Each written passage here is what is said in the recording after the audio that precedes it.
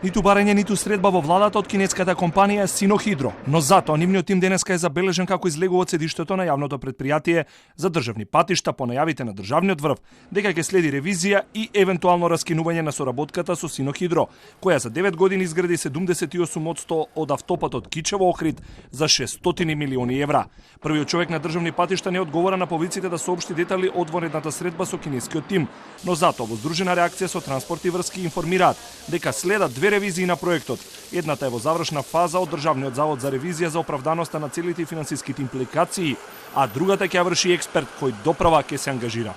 Министерството за транспорт и врски и јавното предпријатие за државни патишта преку надзорниот орган ангажира експерт за ФИДИК договори преку кои треба да се обезбеди анализа на договорот како и решенија за сите идни чекори на владата за реализација на проектот за изградба на автопатската делница Кичево-Охрид.